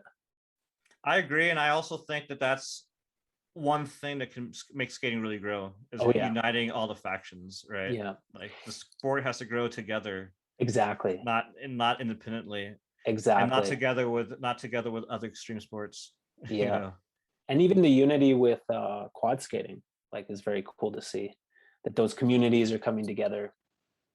It is cool to see, which is weird, because when quad skating was first popping off in the mid 2000s, they, a lot of, being in Austin, a lot of these it was mainly girl skating then. You have more guys now, but they want to be associated more with skateboarders than they did with inline skaters. And it looks like it's changed, or maybe there's factions that's changed, but it's nice to see it. It's nice to see the mix of, having them show up Blading Cup at the Frank Morales Invitational. Cool. They have a category for it. I think it's rad. So one thing I want to touch on is, back in the early 2000s, or even mid 2000s, whatever, like people were trying to outdo each other, trying to be the best skater with the hope of making money, because it was at the tail end of where people actually made money. Then they realized, it's not worth doing these tricks because you're not going to get anything. Well, fast forward to today, and you have them and everyone paying these high royalties, where a skater can make $45,000 a year now if all their skates sell out, or just off of one skate if it sells out. You think that's going to make people push boundaries again to hope to get sponsored by these brands? See, yeah, I disagree. That I don't think the only reason why people were doing stunts was for the money. Like, I don't think that's true. I think. Well, I don't think everyone. It's not the case for everyone, but there was there was a lot of people who were trying to make money. I know that they were. Yeah, of course, people were trying to make money, but what I'm saying is, like, people always say, like, people did hammers just so that they could try to get in a position to get paid, or they thought it would be lucrative. But I think there's more to it than that. I think it was like a reflection of like the age of most of these people. We were like in our 20s, and it was kind of just a cultural thing, because so many people were doing hammers that weren't getting paid and didn't have any hopes of getting paid by companies. It was just kind of like what skating was, and it was fun. I was a part of that. I was into doing hammers, and I think a lot of people still do hammers, but people are also open to like pushing skating on other levels, like not just in like a stunt amplitude aspect, but in a like creative way. There's less like pressure to skate the one way. You can still skate that way, and people do. You still have Demetrius George hitting like huge kinked rails, and Nils Janssen skating insane stuff. You still have that, but it's all embraced. Like the guy that's just wants to skate the curb, he's just as much one of the homies as, you know, the people killing themselves. It's like a big cultural shift.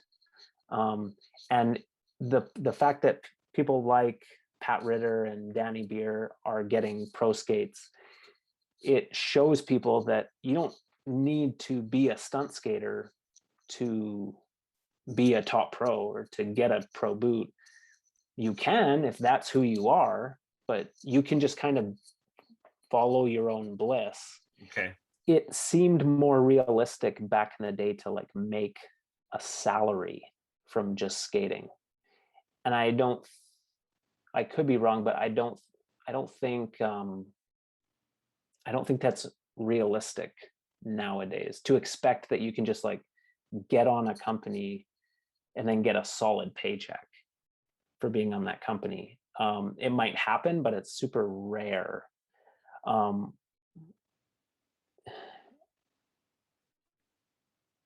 Like I've never, I don't think skating is really a career. I think it's really cool that, you know, these guys can make this money right now. And I think that if you kept your team small, then they could make that money every year, right? But I also think that they're trying to spread the wealth and get everybody some money. It is true that if they just focused on like one or two people, then they could do more for that one or two. And I think it's a hard position that they're in, but I'm curious to see how it's going to go. Yeah, it's hard to say. I'm just of the attitude that like you shouldn't try to be a pro skater. That seems like a silly thing. I mean, you should like, if you feel strongly about skating, you should push yourself and try to be good and try to like get opportunities within it. But I would never encourage anyone to just be a skater. You know, that doesn't sound like a solid career path to me. It sounds like a good, like a smart thing to do. It's like being like, it's not a full-time job. It should be a second job. I mean, the thing is, I think it should be, for any sport to grow, you should have people that's their full-time job. Yeah, but I think they would need to be on a competition circuit or something like that. Right. Well, then that's a whole different type of skater. Like that seems more realistic to me. Like if there is a competition circuit, it's like it's the exact same thing as like being a golfer and just expecting to be sponsored, but not going to contests to try to like, not competing on the PGA. Like, oh, I just like to golf for fun. I guess it might be a little bit different, but from an economic perspective, it's almost the same thing. Like, you know, you might get your endorsements, even like a person in the NBA, they play the game. They don't just have their shoe deal, even though they probably make more off their shoe deal than a rollerblader. But like, it's hard because it's almost like two different sports. You know, you have your street skaters that are really good at their thing and they might win some park comps, but then you have your feast skaters these guys from France. I mean, they're a totally different level of skater. Different type of skater. They couldn't touch the guy. The street guys will kill him on the street, but when it comes to park, it's like, so you got to choose. You're going to be a park skater and only do comps, like, so it makes it a little bit more difficult because those feast guys are really good, and there's a lot of guys who do have a career. A lot of guys you've never even heard of. You watch some of those feast videos, like half the guys you've never even heard of who they are, but they're like doing these comps. They're crazy ass skaters. Yeah. And the comps are almost designed for those guys to excel. I don't know. I do think that we need to think about like how we can integrate competition into what we do, because that's like what, like if people really want to make a living, like there needs to be like a pro tour. You used to run contests, popularity contest. That was yours. Yeah. And have you thought about hosting a contest again in this day and age? No. No, I don't want to do that. I would like to skate in a competition. I'd like to show up and have fun, but no, I'm not interested in. That's a big job, but we do need like, I feel like some people have a negative attitude towards contests, but really it's the best way to display skating to like an audience. Like every sport has their show, has their like game or whatever it is. I think we need to start thinking about how we can like reinvent the ASA in like a way that makes sense to us. Like all the complaints that people have about it, let's address those and make something like a little bit different. Well, the industry is a completely different spot now with different people leading it. I think having something like that now would be completely different. Yeah. I mean, your announcers would actually know the name of the tricks. Right. Yeah. I mean, if you ever went to any of those events or like state fairs and stuff, they just made up tricks. Right. They made up names of tricks. Like, it was ridiculous. It's definitely a much more knowledgeable community, but those things like even as a young kid, like having a competition to go to was so exciting, and it's added so much to the experience of rollerblading, and it gave legitimacy to parents. Like, their kid is competing in something. I don't know, parents are more likely to like support what they're doing as opposed to just like, oh, you just want to roll around the streets with your friends. Like it's hard to get people to understand the validity of that activity. I mean, it's like the blading cup setup they have there on the street in Santa Ana. Back in the 90s, there was contests like that all over Texas. You have in Houston, Dallas, maybe ASA or NIS affiliated events, but it would be in the middle of a street, maybe during like a street festival, and there was a lot of people there, and that's how we met Frank Stoner at an event like that. Like I think he had showed up with a grind box with his neighbor, and they were just skating it at this festival, and we were skating across the street some rail, and then met those dudes there. Yeah, we met a lot of people like in Canada at different events. A lot of the people we're friends with to this day at contests. And I think contests have a lot to do with like setting up the longevity of somebody's interest in skating. Like I think competing did have a positive effect on Joey and I. Like our experiences at those competitions was just like, if you win a contest and you're 12 or 13, I think that's going to be something you're never going to forget. It's just going to be such a cool moment in your life. And you're just going to fall in love with skating even more. What was the last time you competed in a contest? Was it the slalom contest? It's probably the slalom contest. I've never really done really well in contests. I went to the nationals in '98, the Canadian nationals. I got 36th. But I think now I would appreciate the experience of skating in a contest more than I used to. There's not a lot of, I mean, even with street contests, most of them have disappeared. I mean, you have a few that have been around forever, but we used to have the Texas Skate Series in Texas, and those kind of faded away. A lot of it had to do, I think, with the street contests is just dealing with like police and Yeah, those are rugged. like legalities and getting fined or Yeah, people getting hurt or whatever, or like people having marijuana cigarettes at schools and yeah, like elementary schools and beer and stuff like yeah, so. But yeah, well, I think that's pretty good. We talked for a little bit over 2 hours, yeah. That was great. and I think we covered a lot of material. I don't think there was too much Definitely. overlapping with stuff you've done in the past. Well, maybe on the mushroom blading podcast, because I haven't, like I said, I haven't listened to all of them. Yeah. No, that was great. You asked some very interesting questions. I Well, enjoyed. thank you. Yeah.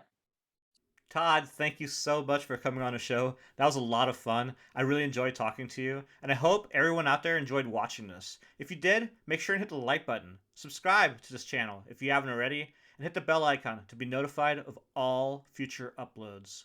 And is there anyone you'd like to see me interview? Let me know in the description below, and I'll see if I can make it happen. Make sure to follow me on social media.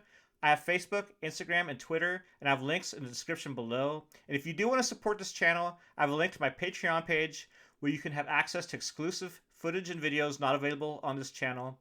And I also have a donation button if you want to take that route. Those are both in the description below. Thank you so much for watching this episode with Todd McInerney. I hope you all have a wonderful holidays and a happy new year, and I'll see you all again in 2022. Take care. Goodbye.